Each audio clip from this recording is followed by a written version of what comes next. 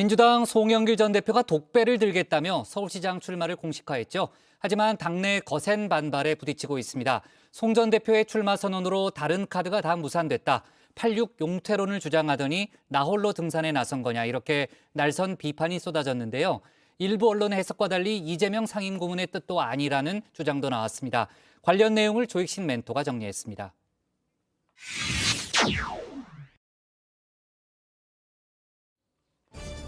서울 시민이 됐다. 서울시장 도전을 공식화한 송영길 전 대표. 앞서 독배를 든다는 표현을 했었죠. 주말엔 성당을 찾아 목숨을 건 사명을 감당할 수 있을지 기도를 드렸다라는 글을 올렸습니다. 독배, 목숨을 건 사명, 비장한 결의가 묻어나는데요. 그런데 이 사명 누가 준 거냐? 송 전 대표는 이른바 명심을 슬쩍 내비쳤죠. 일각에서 저한테 강력히 요청을 많이 하니까 또 일부 의원들, 청년 당원들, 또 우리 정성 의원까지 막 사줘와서 말씀하니까. 실제로 이재명계 좌장인 정성호 의원이 직접 송 전 대표를 만났습니다. 이재명 상임고문도 송 전 대표 차출설에 좋아요를 꾹 눌렀죠. 그런데 민주당 서울 지역 의원들이 반기를 들었습니다. 명심은 없었다. 직접 확인을 했다는 겁니다.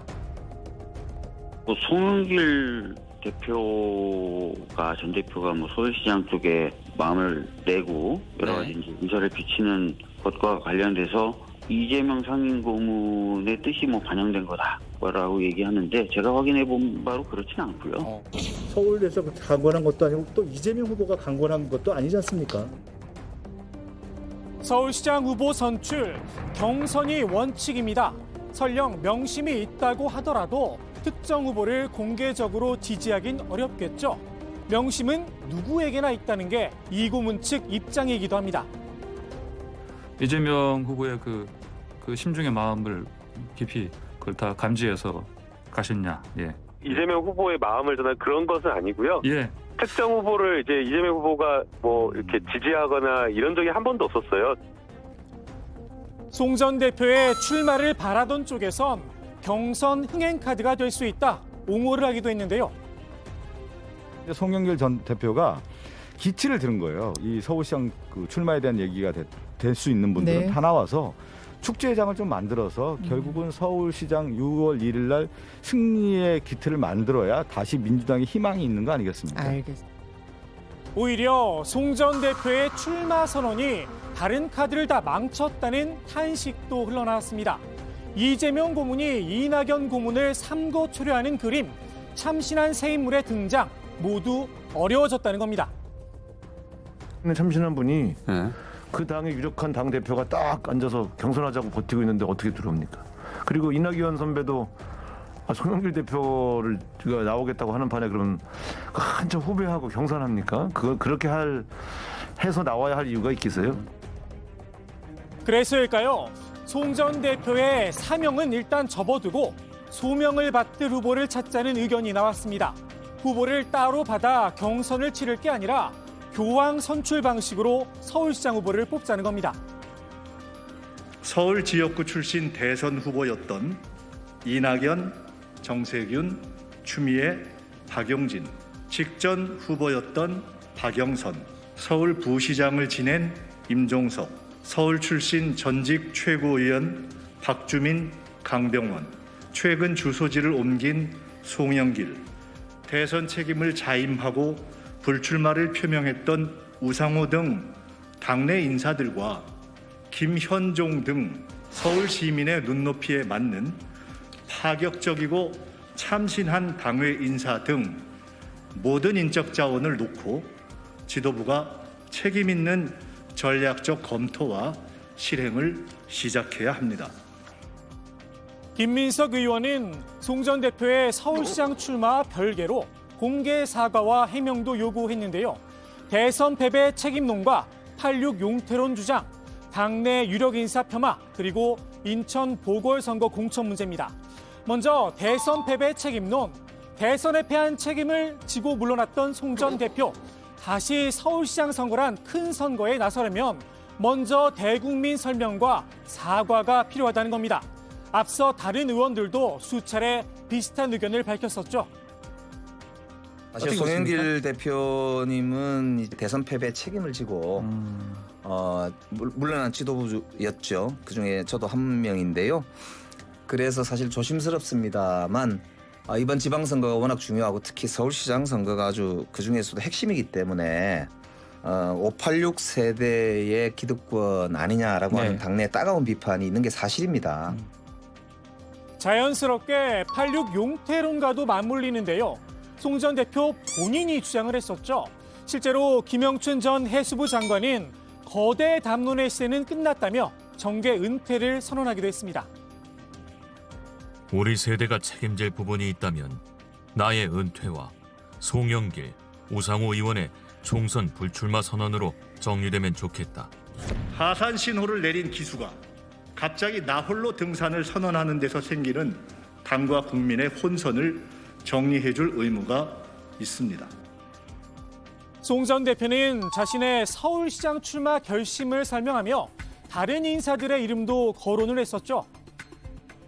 서울시장에 거론되시는 이낙연 전 총리님이나 임종석 전 의원님이나 박주민 의원님, 박영선 의원님 그분들이 경쟁력이 있다면 굳이 내가 거론될 필요가 없는 거죠. 누구누구가 경쟁력이 있다면 왜 당에서 나를 거론했겠느냐며 다른 유력 당내 인사들을 폄하한 데 대해 사과해야 합니다. 언급하셨던 분들의 경쟁력이 송 전 대표보다 떨어지는 것도 아니고 실제로 오세훈 시장과 가상 대결 결과 오차 범위 아니긴 하지만 송 전 대표가 박영선 전 중소벤처기업부 장관보다 경쟁력이 오히려 떨어졌습니다. 박 전 장관, 서울시장 출마 여부를 고심하고 있다고 하죠. 역시 경쟁력이 없다고 치부된 박주민 의원도 조만간 결심을 할 예정입니다. 어떻게 결심을 좀 하셨나요? 서울시장 출마. 지금 아마 하루 이틀만 2, 3일 사이 길면 결론을 내려야 될 상황인 것 같고요. 네. 저도 좀 막바지 고민을 하고 있다. 이렇게 좀 봐주시면 될 것 같습니다. 송 전 대표가 서울시장 후보가 된다면 인천의 지역구는 내놓아야 하죠. 이 지역에 민주당이 후보를 내야 하느냐 질문도 던졌습니다.